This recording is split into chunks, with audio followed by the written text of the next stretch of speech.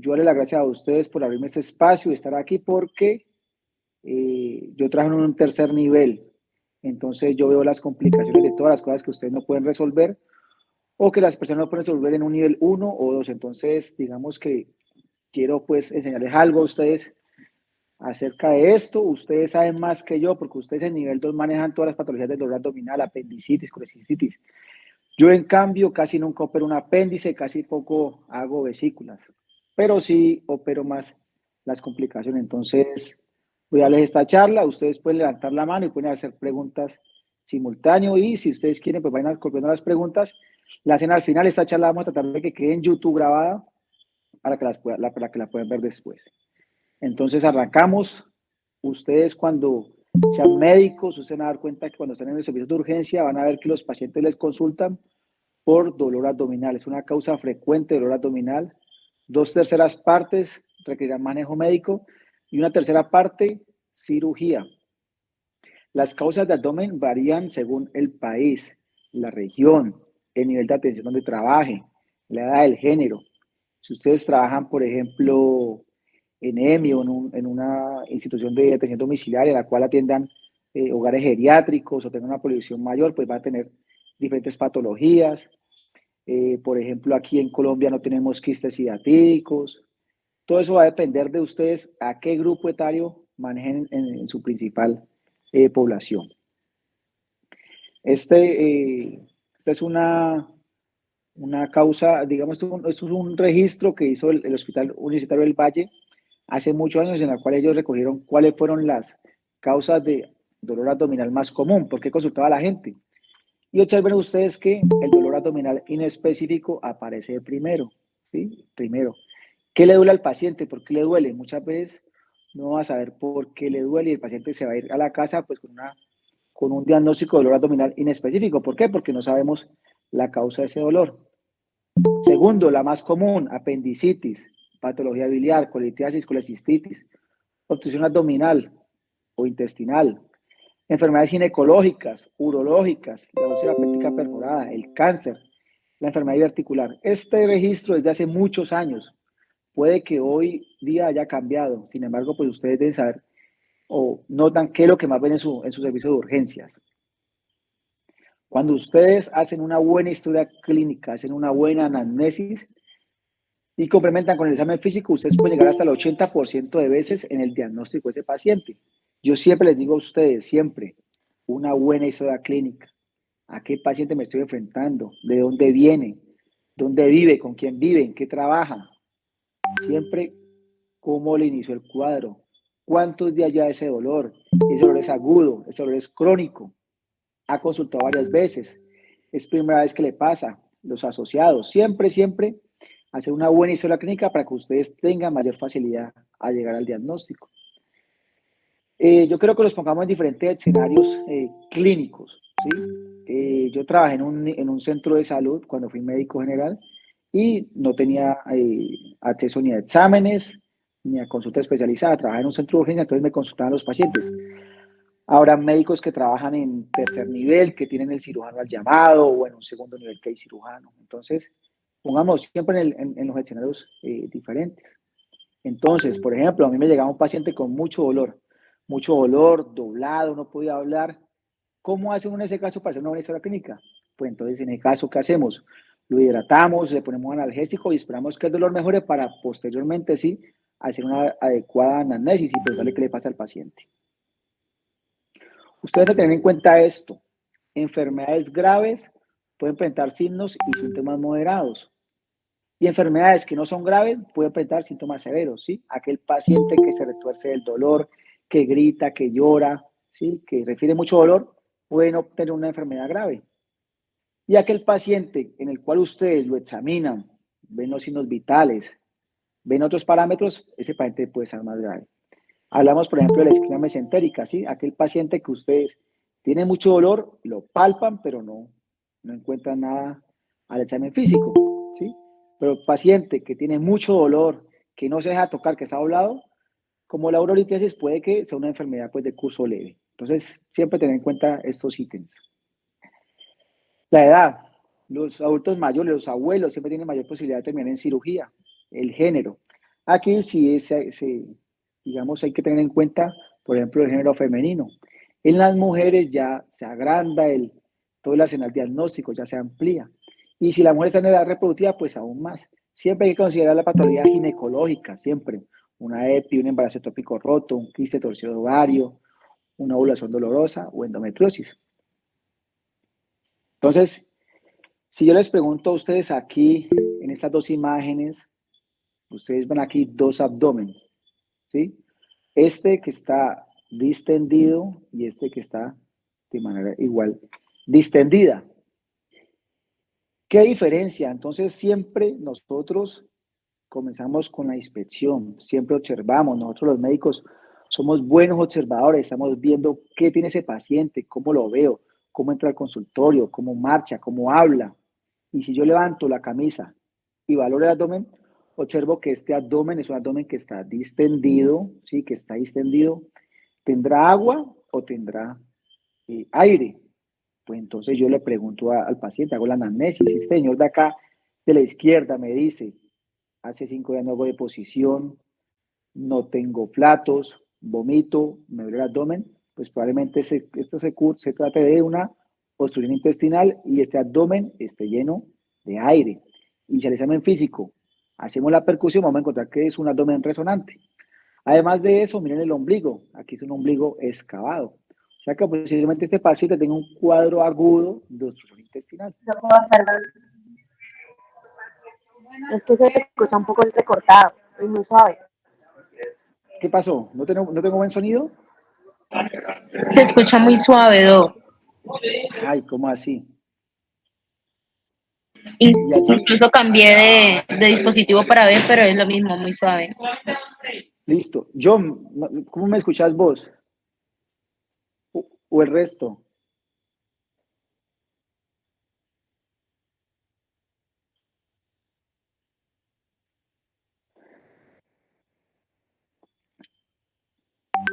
Listo, bueno, ok, perfecto. Va a hablar un poco más duro, pero todo lo importante es que quede grabada en YouTube, ¿cierto? Pues para que no tengamos problema. Listo. ¿Preguntas hasta el momento? Que levanten la mano a alguien. ¿O no tenemos nada?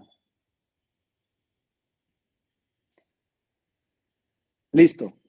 Entonces, siempre observar, siempre inspeccionar, como les mencioné aquí, obstrucción intestinal. Pero este paciente, entonces yo lo veo, sin necesidad que preguntarle. Entonces, ¿qué observo? Que tiene unas venas que se pronuncian en la pared abdominal. Entonces digo, lo primero que me imagino, hipertensión portal, cirrosis. ¿Qué veo?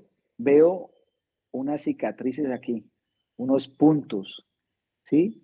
Como si este paciente lo hubieran puncionado. Entonces, ¿yo qué pienso? Este es un paciente cirrótico con ascitis que va a que le hagan drenaje de su ascitis, o sea, paracentesis. Y fuera de eso, vemos que este abdomen tiene una forma como caída, ¿sí? Como de llevar crónicamente mucho líquido por mucho tiempo en ese abdomen. Entonces, adquiere la forma de un abdomen en batracio. Y si fuera eso, le sumamos el ombligo, miren que el ombligo acá es diferente al de acá. ¿Sí? Es un abdomen que está protruido. Entonces, posiblemente este paciente sea un paciente cirrótico con ascitis, que le hacen muchas paracentesis, ¿sí? Pero el contexto clínico lo marca todo. Si este paciente a ustedes les consulta por dolor abdominal y fiebre, ustedes qué van a pensar? Que este paciente posiblemente tenga una peritonitis, ¿sí? Una peritonitis bacteriana. ¿Por qué? Secundaria a las punciones. Entonces, digamos que esos son los contextos que ustedes tienen que ver. Nosotros inspeccionamos, vemos y hacemos la historia clínica y nos damos cuenta para llegar al diagnóstico. Siempre les preguntan a ustedes qué es el dolor visceral, qué es el dolor somático, qué es el dolor referido, ¿sí? Dolor visceral, aquel que se transmite por las fibras nerviosas, estas que no son fáciles de localizar, el paciente le duele, ¿sí? Le duele, mire mi mano, al paciente le duele, no puede localizar ese dolor. Pero a medida que la inflamación continúa, ya se irrita el peritoniano parietal y ya el paciente es capaz de localizar el dolor, porque esa transmisión nerviosa se transmite por otras fibras que son mucho más específicas y localizan mejor el dolor. Esto es el dolor somático. Y el dolor referido, aquel dolor que yo siento, pero que se origina en una parte lejos de mi cuerpo. Entonces, si usted tiene un paciente que es un abuelito, que tiene síntomas respiratorios y tiene dolor abdominal, hay que pensar, por ejemplo, en una neumonía, un dolor referido del tórax al abdomen. O si es un paciente que tenga antecedentes para enfermedad coronaria, que sea hipertenso, que sea diabético y lipidémico, y le duele el epigastrio, pues siempre tener en cuenta que eso puede ser un evento coronario. Y lo otro es que si un paciente a ustedes les consulta tempranamente, ¿sí? Tempranamente, en el cual apenas está iniciando ese cuadro inflamatorio y aún no se han estimulado esas fibras específicas que dan un dolor somático bien puntual, pues el paciente no le va a localizar bien dolor y posiblemente usted no va a llegar a un diagnóstico como tal. En ese caso, ¿qué hay que hacer? Pues decirle al paciente que se vaya para la casa y esperamos que ese cuadro en unas horas tome su curso y nos pueda dar mejor información, ¿sí? Por ejemplo, en el cuadro del apendicitis, entre 4 y 6 horas ya ese dolor que es inespecífico entre mesogastrio y epigastrio, entre 4 y 6 horas ese dolor se va a localizar. Entonces nosotros le damos recomendaciones a estos pacientes. Siempre la semiología, observen la postura, ¿sí? Aquel paciente, por ejemplo, que está doblado, que está en plegaria maometana, posiblemente pues una pancreatitis. El paciente que, no se, que se mueve y se mueve, posiblemente tenga un dolor que lo está quejando, un dolor abdominal tipo cólico. Pero el paciente que ustedes ven quieto, que no se mueve, posiblemente tenga un abdomen en tabla, que tenga peritonitis. Todos ustedes van a observar todas esas cosas. Cómo está el paciente, cómo está la lengua, está hidratado, cómo se ve, los signos vitales. Siempre nosotros vamos a estar observando. O el paciente que ingresa, por ejemplo, cojeando, pues ahí pensamos en un posible absceso del psoas. Listo. Entonces yo hice esta encuesta, yo tengo un canal y algunas personas respondieron. Entonces dicen, cuando un paciente tiene dolor abdominal, si pueden, resuelven solos. ¿Sí? Yo creo que esta pregunta la deben haber respondido muchos médicos generales que trabajan en servicios de urgencia. Si pueden, resuelven solos. Otros respondían que piden exámenes y luego llaman al cirujano. Y uno por allí poquito dijo que llamaba de entrada al cirujano general. Entonces, digamos que esto depende en el lugar que ustedes estén. ¿Sí? Cuando digo si pueden, resolver solos, pues me queda la duda. ¿Cómo hace uno de médico para resolver solo un paciente con patología abdominal? ¿Por qué hago énfasis en esto? Otros casos también, muchas veces el paciente llega a urgencia, ustedes llaman al cirujano, el cirujano le dice haga esto, haga lo otro. O lo otro es que muchas veces los médicos, digamos que tratan como de pedir exámenes, pedir estudios para al final llamar al cirujano. Entonces, no sé los que dicen que resuelven solos, cómo harán eso. Entonces, ¿por qué hago énfasis en esto? ¿Por qué hago hincapié? Porque se ha encontrado que la manera más costo efectiva de evaluar y manejar a los pacientes con abdomen agudo es, una vez realizada la evaluación de la clínica, llamar tempranamente al cirujano para la evaluación del paciente. Digamos que esto es lo ideal, llamar al cirujano. ¿Para qué? Para que nosotros, ustedes nos cuentan la anamnesis y la historia clínica, nosotros dirigimos, pedir tal examen, no pedir tal examen, espérenme que ese paciente hay que ir a verlo, o siempre hay que operarlo. Entonces, digamos que es como el mensaje a llamar tempranamente al cirujano. Habrá casos en que el cirujano se va a enojar porque lo llama, pero digamos que lo que se ha encontrado es esto, ¿sí? Yo trabajaba en un centro de urgencias y me llegaban pacientes con dolor abdominal. Entonces, cuando yo suponía o cuando creía que posiblemente eran quirúrgicos, ¿yo qué hacía? Los mandaba a un nivel 2, les pedía exámenes, ellos me los traían y de acuerdo a los exámenes y a lo que yo veía el paciente, pues ya yo tomaba una decisión, si lo remitía donde el cirujano o no.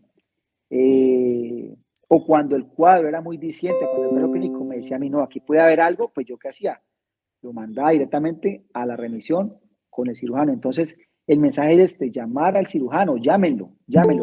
No traten de resolver las cosas solas. De entrada, ustedes hacen la buena historia clínica y más o menos se van encaminando. Este paciente me gusta, no me gusta, hay que operarlo, no hay que operarlo. Lo que ustedes no pueden caer en el error es de devolver un paciente a su casa, ¿sí? No pueden caer en ese error, devolverlo a su casa con dolor abdominal. Siempre con recomendaciones y siempre tratar como de darle un diagnóstico, aunque ustedes, como le mencioné anteriormente, la principal causa ya que decía de dolor abdominal era un dolor inespecífico. Entonces, siempre como dar las recomendaciones y encaminar. Segunda pregunta, ¿damos analgesia, sí o no? Esta pregunta, pues digamos que ya quedó resuelta en la encuesta que yo hice. Decía, entonces aquí la gran mayoría le daban analgesia, ¿sí? Ese mito que teníamos de que le damos analgesia al paciente y enmascaramos los signos para que se complicaban, esto resulta ser solamente un mito. Ustedes pueden darle analgesia a un paciente, le pueden dar una dosis de opioide, una dosis para mejorar el dolor del paciente y ustedes lo puedan evaluar mejor, ¿sí? Y mitigan pues el sufrimiento que tiene el paciente. Si el paciente tiene un dolor abdominal y está calmado, podemos ir a la clínica, podemos esperar, pues no la ponemos, pero el paciente la requiere y la necesita, si la damos. Y habrá casos en que indudablemente tienen que darle analgesia al paciente para que pueda hacer una buena historia clínica. Entonces, este mito de dar analgesia, pues ya se detumbó. Ustedes pueden dar analgesia sin ningún problema.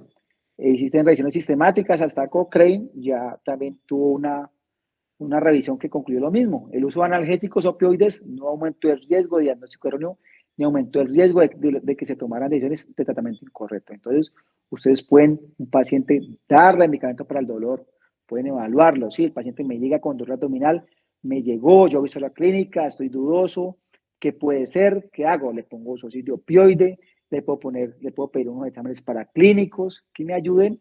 Viene el laxo, mientras salen los exámenes y mientras yo soy el paciente, pues ya hago una buena historia clínica y miro qué curso ha tomado ese dolor y ya defino, ¿sí? Llamo al cirujano, lo remito, ¿qué será? ¿Será una infección urinaria? ¿Será una EPI? Entonces, eso es lo que se deben tener en cuenta, pero sí ya el mito de los medicamentos tumbados, ustedes pueden dar analgesia a sus pacientes con dolor abdominal.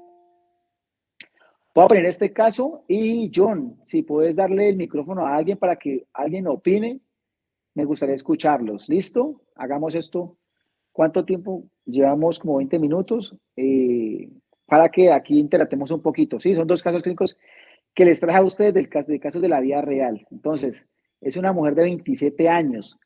Esta mujer lleva 6 meses con dolor en el epigastrio, tipo ardor, y les consulta a ustedes. ¿Ustedes qué harían con esta paciente?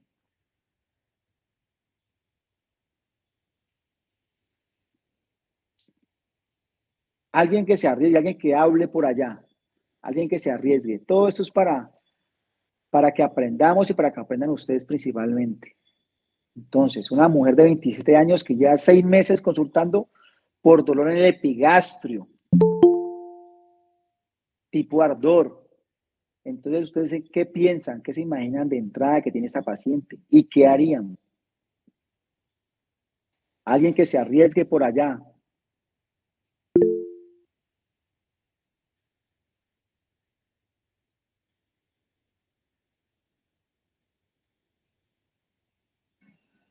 Puede ser una sospecha. Ay, qué pena. ¿Una qué? Si alguien que se arriesgue, ¿o Puede ustedes ser qué una piensan? sospecha de gastritis. Eso, me gusta esa respuesta, me gusta. 6 meses de dolor en el epigastrio, tipo ardor, múltiples consultas y en urgencia. Entonces, lo que dice la compañera es lo que todos creemos, es gastritis, es lo primero que viene a la cabeza. ¿Qué harían? Pues, ¿qué hacemos con esta paciente? Pues que le damos inhibidores de bomba de protones, omeprazol y le mandamos para la casa. El problema es que siempre que damos omeprazol, ella se va para la casa y vuelve, y vuelve, y vuelve. Y nadie tomó otra conducta. Entonces, esta paciente reconsulta y les dice a ustedes, vea doctor, ese dolor que yo tenía gastritis, nunca me lo curaron con mi nivel de bomba de protones, ¿sí? Ahora tengo un dolor más fuerte, pero este dolor es diferente. Este dolor es con el mesogastrio y estoy vomitando mucho. Entonces ustedes, cuando escuchan esta historia de que ese dolor de 6 meses de evolución cambió y ahora el dolor es persistente, asociado a vómito intenso y que se localiza en el mesogastrio, ¿ustedes qué piensan que tiene esta paciente? Y allí está el Una diagnóstico en la pancreatitis. TAC. Eso, perfecto, perfecto, me gusta. Entonces ustedes observan que esta paciente de 27 años le hacemos una tomografía y esa tomografía muestra aquí una colección peripancreática. Con esta diapositiva quiero decirle a ustedes que a todos los pacientes no les tomamos TAC de entrada con pancreatitis, pero esta paciente sí lo tiene. ¿Por qué? Porque llegó muy grave al servicio de urgencias. Entonces, esta era una paciente que consultó mucho por epigastralgia, que manejaron con omeprazol y que nunca mejoró, pero que ahora está cursando con una pancreatitis. ¿Qué pasaba? Que posiblemente la paciente cursaba con otra patología y que ahora se complicó. Entonces, esta paciente hicimos un diagnóstico de una pancreatitis necrotizante de origen biliar. Esta paciente posiblemente estaba cursando con episodios de colecistitis, de colitis sintomática, y de un momento a otro ese cálculo migró al conducto pancreático, produciendo una inflamación del páncreas. Entonces, esta paciente es una paciente que ya hizo un cuadro de pancreatitis en la que nunca sospechamos que tuviera una colelitiasis y manejábamos con inhibidores de bomba de protones. Entonces, si alguien hubiese pensado en otro diagnóstico, creemos que el curso hubiera sido diferente. Esta paciente de 27 años la manejamos en UCI y a los 16 días falleció. Entonces ya empezamos a tener conclusiones con este cuadro. Entonces, hablemos de patología biliar. Es la segunda causa de abdomen quirúrgico. Aquí englobamos colititis sintomática, colecistitis aguda, gangrena, perforación vesicular, coledocolitiasis y colangitis. Entonces, mensaje para todos ustedes. El dolor en el epigastrio no significa gastritis únicamente. Nosotros aquí tenemos la manifestación de otras patologías, tenemos otros órganos fuera de la unión gastroesofágica, fuera del estómago. Entonces, ustedes a partir de ahora van a abrir el chip y van a pensar siempre que un paciente tenga dolor en el epigastrio, pues imaginarse que no es solo gastritis, que hay otras patologías, que puede ser patología biliar, ¿sí? Que puede ser un infarto, que puede ser reflujo, que puede ser una pancreatitis, que puede ser dispepsia, que puede ser cáncer o que puede ser neumonía. Entonces, ¿qué nos permite a nosotros definir eso? La historia clínica, ¿sí? Si es un abuelo, o sea, un paciente de 45 años que tiene una antecedentes, que tiene comorbilidades y tiene un dolor en el epigastrio, pensar en infarto, ¿sí? Un paciente joven que come y siente dolor retroesternal, pues un reflujo, la pancreatitis con vómito, ¿sí?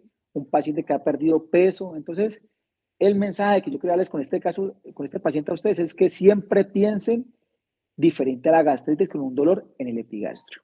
¿Listo? Entonces, si alguien, de pronto, si alguien hubiera pensado, no, esta paciente de la pancreatitis de pronto tuviera una patología biliar, pues hubiéramos pedido una ecografía, ¿sí? Vemos los cálculos y ya es diferente el manejo. Aquí me duele un poquito, entonces, para recordarles, para que quede aquí grabado, colititis sintomática, aquel paciente que tiene cálculo en la vesícula y que tiene síntomas. Colelitesis asintomática, paciente que por chequeo se hace una ecografía, no le duele nada, no tiene ninguna clínica y tiene cálculos, colelitesis asintomática, ¿sí? Colecistitis, se inflama la vesícula, ¿sí? Cólico biliar, aquel dolor en el cuadrante superior derecho, esto lo tengo más adelante, sí. Cólico biliar, paciente con dolor intenso en el cuadrante superior derecho o en epigastrio tipo cólico. Es un dolor autolimitado. Este puede ser irradiado a la escápula, al dorso acompañado de náuseas y vómito. Y usualmente está exacerbado por comidas copiosas, por grasa. Entonces el paciente, cuando ustedes indagan al paciente, el paciente les va a comentar este cuadro clínico. Me duele aquí, después de comer grasa, se me va a la escápula, se me va para la espalda, vómito. Eso es un cólico biliar. Si el paciente toma algo o usted lo maneja en urgencias y mejora, pues se trata de un cólico biliar. ¿Y qué diferencia el cólico biliar de la colecistitis? Pues básicamente que este dolor no se mitiga, sino que se prolonga a través de las horas. Entonces el paciente refiere este dolor, pero ya más de 6 horas, ustedes piensan en colecistitis. ¿Listo? Y de igual manera, si este paciente ha tenido este cuadro, este antecedente, y de un momento a otro le da dolor y se pone histérico, ¿qué es? Coledocolitiasis. Siempre les pongo un ejemplo, historia clínica, la cronología de los síntomas. Si un paciente, usted le van a preguntar qué comenzó primero con el cuadro, cuál fue la primera queja. Doctor, me duele aquí, después de comer, se me va para atrás. Es diferente al paciente que les dice, no, es que yo me sentía mal, tenía malestar, tenía mialgias, tenía artritis, tenía fiebre, ahora me duele aquí y estoy amarillo. Entonces miren que el contexto de ambos pacientes es diferente. El del primero, patología biliar, y el del segundo, sea una infección, leptospira, dengue o hepatitis. Entonces siempre ustedes van a preguntar el primer síntoma del paciente, ¿cómo arranca este cuadro? Y de esta manera nosotros hacemos una buena historia clínica y enfocamos mejor el manejo. Entonces, si es autolimitado, cólico biliar. Persistente, colecistitis. Se pone amarillo, coleocolitiasis. El primer examen que ustedes van a pedir en patología biliar va a ser la ecografía de hígado y vía biliar. Ahí le vamos a los cálculos. Si la pared de la vesícula está engrosada, pues una colecistitis. Si el radiólogo con el transductor le hace un Murphy y le duele, pues un Murphy positivo. Todo esto da el diagnóstico de colecistitis. Y coleocolitiasis, ya cuando el radiólogo le reporta a ustedes que la vía biliar extrahepática se encuentra dilatada. Colecistitis, como les mencionaba anteriormente, el paciente con dolor persistente en el hipocondrio derecho, con ecografía que dice que tiene colecistitis. Ustedes van a ver que una patología, digamos que es más difícil en hombre. ¿Por qué? Porque los hombres no consultan, los hombres se automedican y para nosotros los cirujanos, una colecistitis en hombres es mucho más difícil de operar. Ustedes aquí están viendo esto grande, la vesícula que está súper inflamada y ahí lo que estamos tratando es de disecar, ¿sí? Como de despegar la vesícula al hígado para poder hacer sacar la vesícula. Entonces, colecistitis. Caso clínico número 2. Entonces, igualmente, alguien que opine. Tiene 34 años y tiene 2 días de evolución de un dolor en el hipogastrio asociado a disuria y fiebre. ¿Qué harían ustedes? ¿Qué se les ocurre que tiene ese paciente? Entonces, alguien que quiera opinar. 34 años, no antecedentes, 2 días que le duele el hipogastrio y dice que tiene disuria y además ha tenido fiebre. ¿Qué harían ustedes? Una infección de Doctores. vías urinarias complicada, doctor. Perfecto, muy bien. Esa me gusta. ¿Alguien otro que se le ocurra otra cosa? ¿O nos quedamos con esa infección urinaria?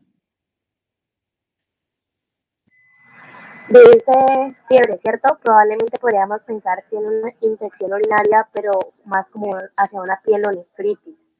Bueno, muy bien, muy bien. Perfecto. Entonces, mire que este paciente, pocos datos, 2 días, hipogastro y fiebre. ¿Qué harían ustedes? Pues exactamente lo primero que se nos viene a la cabeza es una infección urinaria.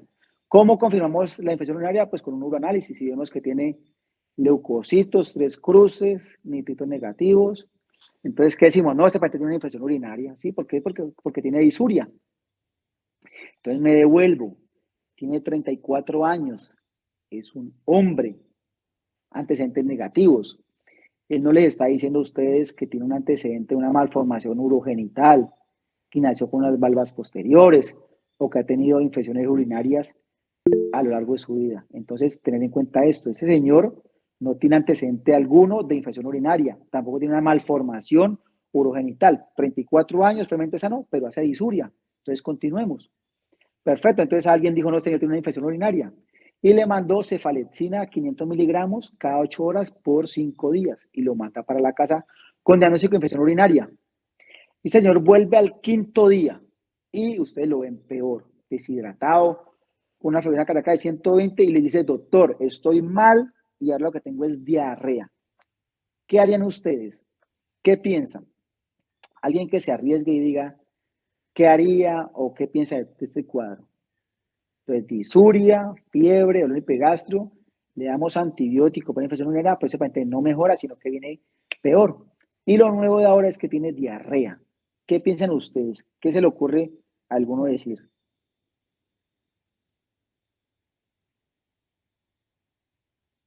Alguien sin temor que diga, ¿qué se le ocurre?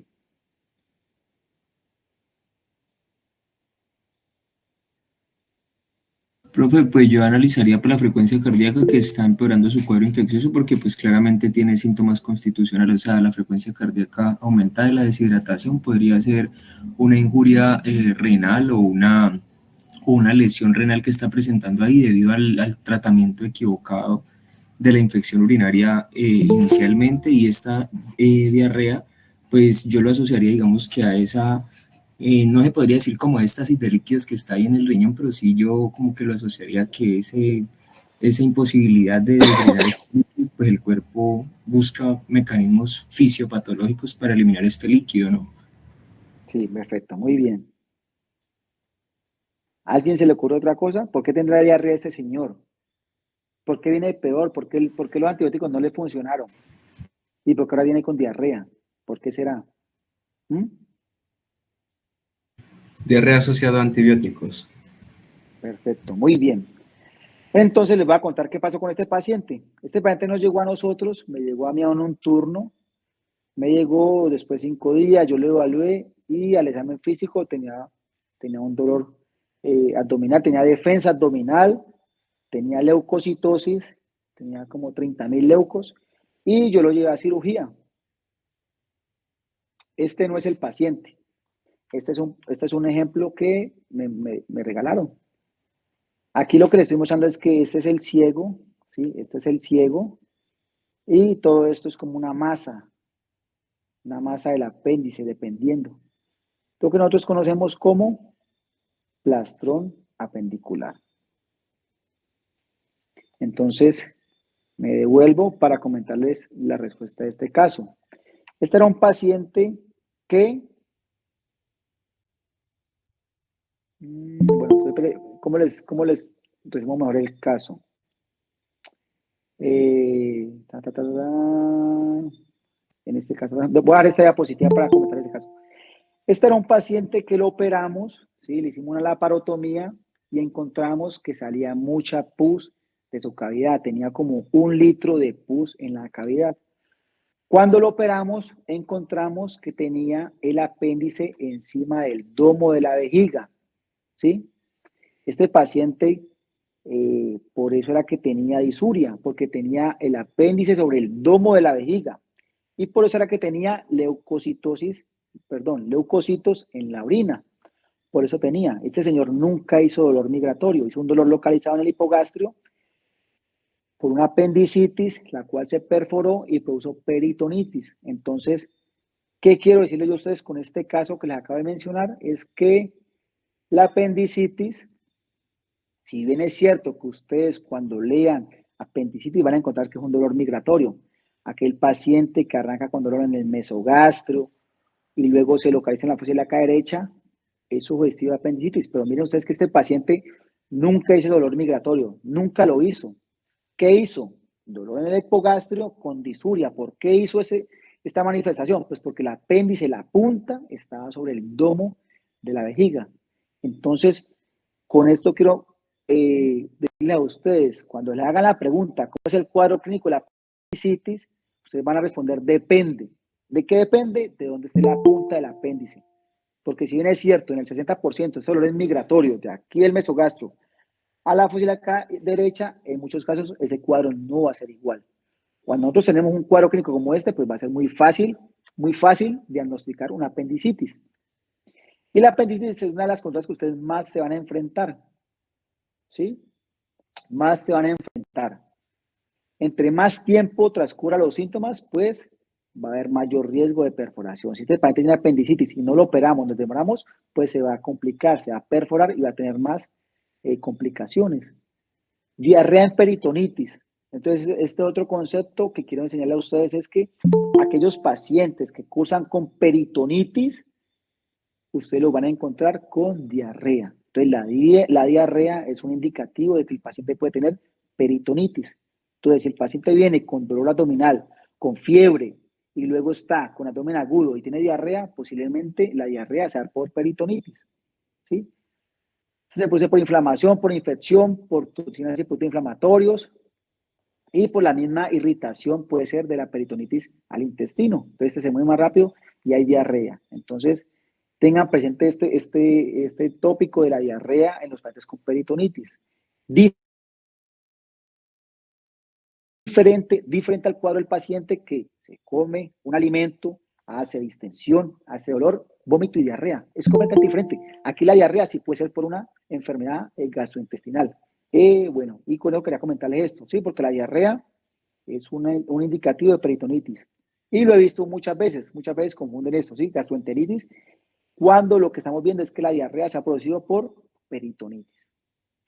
Entonces, miren ustedes esto, dice, en un estudio se encontró que el 45% de los pacientes con apendicitis perforadas fueron devueltos y vistos inicialmente por médicos.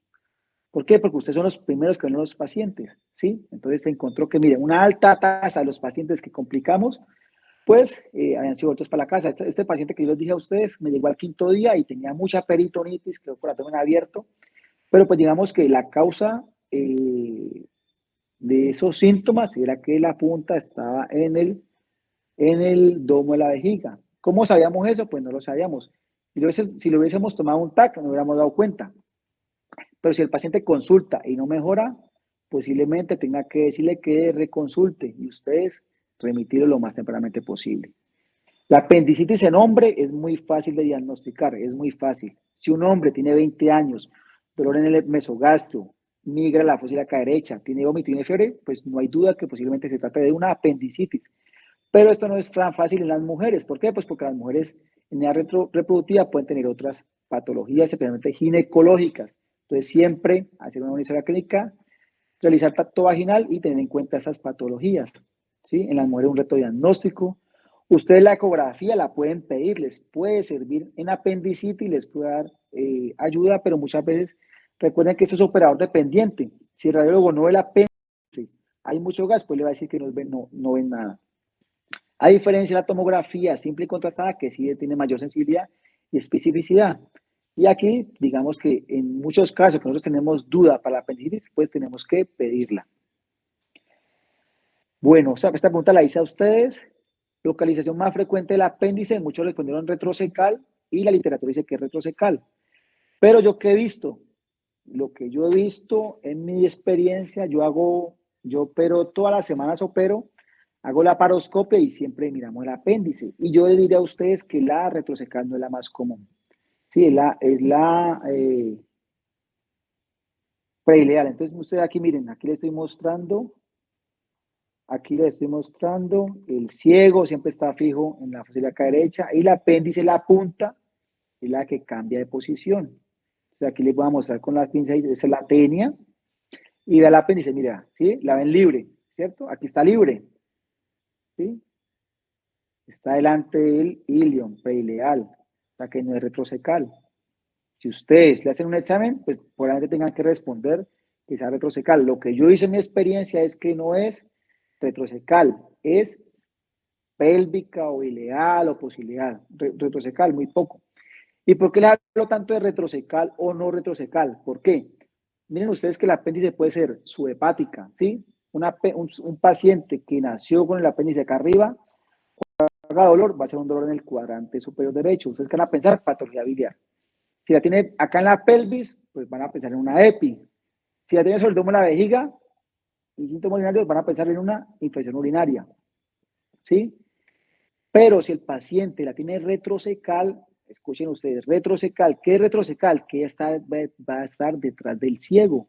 ¿Sí? No va a estar libre, va a estar detrás del ciego. Esa va a ser la colección de ella. ¿Y que sea retrocecal qué significa? Que el paciente puede tener otra sintomatología. ¿Cuál? Por ejemplo, ese es el músculo psoas. Cuando es retrocecal detrás del ciego, ustedes van a ver que se localiza por delante del músculo psoas. Entonces, un apendicitis retrocecal quiere decir que si el apéndice se inflama, pues va a irritar al músculo psoas.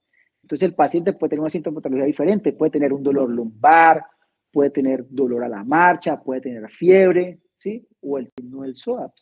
Entonces, por eso es importante saber si es retrocecal o no es retrocecal. Y listo. Entonces, con esto quiero decir a ustedes que la apendicitis varía de acuerdo a la localización. Siempre tener diagnóstico o sospecha clínica. Listo, ahí terminó la apendicitis. Vamos a hablar de la pancreatitis. Primer síntoma, dolor abdominal, es un dolor en el abdomen superior, el dorso, es como lo típico que encontramos. Y el segundo síntoma es el vómito persistente. Ustedes van a encontrar, la mayoría de pacientes que les van a llegar a ustedes van a llegar con una pancreatitis intersticial o edematosa. Esta es leve, los pacientes les va muy bien, el 90% se cura, no hay ningún problema.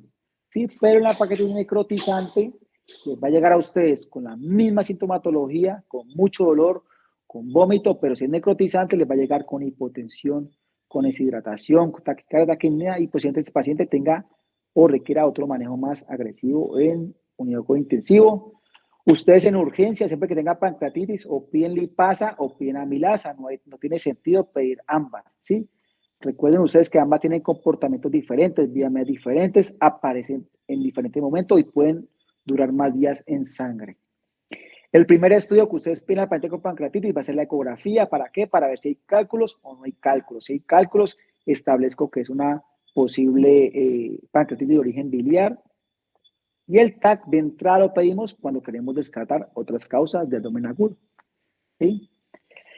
Otra enfermedad para tener en cuenta los servicios de urgencia en cuanto al dolor abdominal, esto es el estómago, una gastroesofágica, este es el esófago, y aquí vemos un orificio en el estómago. Es una enfermedad menos, no tan común hoy día, ¿sí? Pero la he visto, es el paciente que llega donde ustedes con abdomen en tabla, con mucho dolor, irritado, con vómito y que se queda quieto, no se mueve. Está con peritonitis. ¿Por qué? Pues porque tiene una úlcera péptica perforada. El jugo gástrico es muy ácido, irrita el peritoneo y le da ese síntoma. Entonces, usted va a encontrar un paciente que está deshidratado, que está taquicárdico, que tiene abdomen en tabla. Y el primer estudio que ustedes van a pedir a estos pacientes va a ser una radiografía en la cual él esté de pie o sentado. Y ustedes van a ver aquí el diafragma derecho, izquierdo, ahí debajo de él, esto es neumoperitoneo. Entonces, úlcera péptica perforada se puede encontrar. Vólvulo sigmoide es otra patología, esa es la tercera causa de obstrucción intestinal en adultos. Entonces siempre me preguntan, lo que yo he visto son pacientes de hogares geriátricos, personas postradas, el seguimiento crónico, y los síntomas va a ser dolor abdominal, náuseas, vómitos y distensión abdominal. Hace poco tuvimos un paciente de 31 años en el hospital con un vólvulo del sigmoide. Entonces recuerden, en medicina nada es absoluto, todas las enfermedades pueden tener un curso diferente y nos podemos encontrar sorpresas. Entonces, miren aquí, vemos el bulbo del sigmoide, aquí lo resecaron completo. ¿Para qué les traigo esto? Pues para que ustedes vean que el primer estudio ante la sospecha clínica de un bulbo del sigmoide va a ser una radiografía de abdomen. Y por eso es que ustedes ven la forma del grano de café, ¿sí? Miren la forma del grano de café. Otra patología, obstrucción intestinal, siempre es un síndrome, distensión abdominal, dolor, vómito, ausencia de flatos, ausencia de posición. Pero lo más importante de la obstrucción intestinal es definir la etiología. Esta paciente llevaba varios días con dolor abdominal, con distensión, con vómito, nos llegó a nosotros al hospital. Cuando lo examinamos tenía una masa que estaba debajo del ligamento inguinal. Entonces, ¿qué es esto? Es una hernia femoral. Otro mensaje que les dejo a ustedes, siempre que tengan un paciente con dolor abdominal, siempre examinen la región inguinal. Pregunta de examen, hernia más común en mujeres, pues es la hernia crural o femoral. Siempre definan etiología en obstrucción intestinal, siempre. Entonces, si el paciente tiene ese síndrome de obstrucción intestinal de distensión, dolor, ausencia de posición, encontramos al examen físico cicatrices, antecedentes de heridas, pues de una decimos que puede tener una obstrucción por bridas. En la obstrucción por brida, lo mismo, dolor abdominal, tipo cólico, vómito, ausencia de posición y flatos. El mejor estudio que a usted les va a servir en este caso es la serie de abdomen, ¿sí? Una radiografía simple de abdomen les puede servir. Ustedes ven dilatado el intestino delgado, ven niveles hidroaéreos, ven que no hay gas distal, está obstruido, antecedente quirúrgico, posiblemente sean bridas. Pero, si ustedes, ese paciente, no tiene antecedente quirúrgico y está obstruido, ¿qué tienen que hacer? Buscar la causa. Entonces, si un paciente anciano, pues ya uno pensará en patología neoplásica. Y en los casos en los cuales hay obstrucción intestinal y no hay causa, siempre van a tener que buscar la causa de esa obstrucción, pedir TAC. Simple y contrastado. Usted tiene el paciente en urgencias, está obstruido por bridas, póngale líquidos, póngale una sonda, ese paciente va a empezar a botar líquido por la sonda, repónganlo, hidrátenlo y remitan, ¿sí? Remitan. Estrangulamiento, paciente que ya muchos días, muchas horas obstruido, esa asa se rompe, va a tener otro cuadro, va a ser mucho más grave y posiblemente requiera cirugía. Otra patología que deben pensar, tener en cuenta, la isquemia mesentérica, prevalente en adultos mayores, como comorbilidades asociadas, ¿sí? Hipertenso, diabetes, dislipidemia, fibrilación auricular. Es aquel paciente que hace un dolor abdominal severo, difuso, de inicio súbito. Pero ¿qué es más importante de la isquemia mesentérica? Que ustedes sepan que hay una discordancia entre la clínica y el paciente. Ese paciente les va a referir mucho dolor, ustedes lo examinan, lo palpan, pero no le duele mucho. Entonces, como que aquí como que pasa algo, ¿sí? Entonces, esa discordancia. Y pueden pensar ustedes que al examinarlo, como no le duele nada o no encuentran mucho de algo al examen físico, piensan que es una enfermedad leve, ¿listo? Y a medida que la eczema mesentérica pues persiste, pues el paciente se va a perforar y va a empeorar su estado. Leucocitosis, acidez metabólica, hiperlactatemia. Y el primer estudio, cuando ustedes tengan un paciente en el cual ustedes digan, esto puede ser una isquemia mesentérica, deben pedir lo más pronto un angiotac, que les va a predecir o les va a mostrar la obstrucción mesentérica. Este es un paciente real de nosotros, ¿sí? Entonces, miren ustedes, este paciente tenía 31 años, 5 días de dolor, consultaba y lo devolvían, le mandaban buscapina, pensaban que era patología biliar y lo devolvían. Hasta que nosotros llegamos allá a turno, pedimos exámenes, tenía un lactato como en 6, tenía leucocitosis y lo llamamos a cirugía. Y tenía una trombosis mesentérica. Este paciente tenía un tumor neuroendocrino en el intestino y hizo un estado de procoagulabilidad y pues una trombosis mesentérica. Entonces, ustedes pueden ver que no todas las enfermedades son fáciles de diagnosticar, porque aquí nadie se hubiera imaginado que fuera una trombosis mesentérica. El paciente consultaba por molestia, por desconfort abdominal, consultaba, lo mandaba para la casa. Listo, diverticulitis, está así fácil, pacientes mayores, dolor en fosílica izquierda, ustedes pacientes de la fosílica izquierda, pensar en diverticulitis, puede tener hematoquesis, puede tener fiebre. Y tuvimos un paciente también joven, hemos tenido 38 años con diverticulitis en el hospital. Entonces, siempre tener en cuenta todas estas consideraciones, abdomen urológico, siempre la urolitiasis, el cólico renal, pensarlo, paciente que está con mucho dolor, que se dobla, que llora, que le duele en el flanco, que se le raya el testículo, náuseas, vómitos, sudoración, pensar en urolitiasis. Y muchas gracias a todos. Si tienen preguntas, se las respondo. Aquí tengo estas redes para que me sigan y gracias por permitir ese espacio. Espero que les sirva a todos ustedes en su práctica clínica.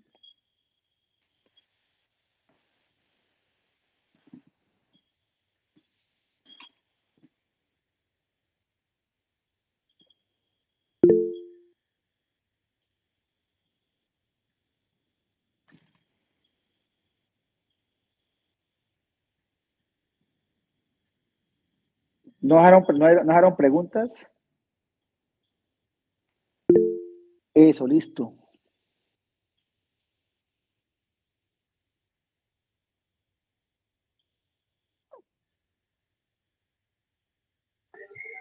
No, yo quería preguntar, era cómo puede diferenciar, digamos, un abdomen agudo quirúrgico del no quirúrgico. Bueno, eso es difícil. Eso es difícil. ¿Por qué? Porque cuando tenemos la definición de abdomen agudo, digamos que implícitamente estamos diciendo operarlo. Cuando ustedes hablan abdomen agudo, posiblemente sea operarlo, ¿sí? Entonces, digamos que contexto clínico. Tengo un paciente que está irritado, que tiene mucho dolor y digo, hay que operarlo, perfecto, pero a continuación pregunto, ¿cómo es el cuadro clínico? Tiene 5.000 de amilasa, ok, perfecto. Entonces, tiene una pancreatitis. Y luego miro el TAC y no está perforado y muestra que el páncreas está inflamado. Entonces, este es un abdomen agudo, sí, pero no es quirúrgico. ¿Por qué? Porque sé que tiene tiene una pancreatitis necrotizante que no tengo que operarla. Entonces, digamos que decir abdomen agudo es igual a cirugía, sí, pero no todos son quirúrgicos, siempre van en el contexto. Otro ejemplo, un paciente que yo tenga con dolor abdominal y sea diabético, que está descompensado. Entonces yo podría pensar, no, es que aquí es diferente. Posiblemente este paciente tenga un abdomen agudo, pero es por la descompensación de su diabetes. ¿En qué me baso yo que tengo que operarlo o no operarlo? En parámetros bioquímicos. Pues pido exámenes, miro si tiene cómo está el lactato, cómo está el equilibrio ácido-base, si está acidótico o no está acidótico, si no tiene hiperlactatemia. Entonces, digamos que todas estas cosas nos ayudan a tomar conductas de operarlo o no operarlo. Hay pacientes que tienen mucho dolor, sí, tienen mucho dolor, pero digamos que no tiene leucocitosis, no tiene acidosis metabólica, no tiene hiperlactatemia, entonces yo no lo voy a operar. Otra causa, pacientes renales que tengan falla renal, que tengan creatinina elevadas, que tengan urémicos, ¿Pueden hacer dolor abdominal y no ser quirúrgicos? Sí, también puede ser. Y hay unos diagnósticos que a ustedes les van a hacer, les van a preguntar causas de abdómenes agudos de manejo médico, por ejemplo, las vasculitis, las púrpuras, la púrpura de Henoch-Lane, pacientes con drepanocitosis también pueden hacer dolor abdominal por una crisis vesical. Entonces, digamos que lo que nos ayuda a nosotros es la historia clínica. Siempre, siempre historia clínica. Muy buena esa pregunta, muy buena. Vale, muchas gracias por tu charla. Estaba muy buena. Gracias a ti.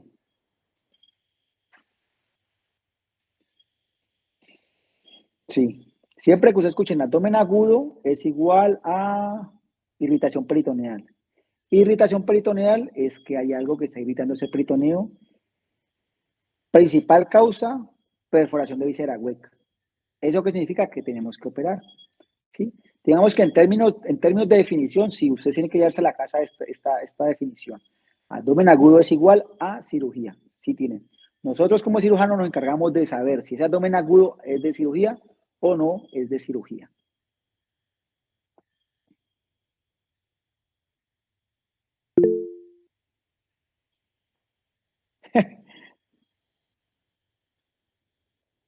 ¿Cómo? Listo, no, el abdomen agudo, como le dijimos, es de cirugía. Ustedes le arrancamos antibiótico, analgesia, hidratación, y ese paciente tiene que ir a cirugía. ¿A qué? A buscar la causa del abdomen agudo. Y ya. Entonces, Johncito, entonces si no hay más preguntas, en YouTube, decirle a todos que en YouTube va a quedar esta charla, que creo que les puede servir. Ustedes van a tener muchos pacientes que les van a consultar por dolor abdominal. Y como le digo, no todos se operan, solo una pequeña parte. Otros pacientes van a quedar sin diagnóstico como causa. Pero ustedes lo que no pueden hacer es mandar los pacientes a la casa. No tienen que mandarlos a la casa y no tienen que mandar antibióticos sin una causa definida. Recuerden, los hombres no les dan infección urinaria. Es poco probable. Entonces, si un hombre tiene dolor abdominal, busquen bien la causa. Otro ítem que le iba a decir, si el paciente reconsulta, mucho cuidado, pidan exámenes, remítanlo, ¿sí? Y nada más. Entonces, esta charla cargada en YouTube y espero les haya servido. Bueno, John, gracias a vos. Que esté bien. Vale, saludos. Gracias, profe. Bueno, con gusto.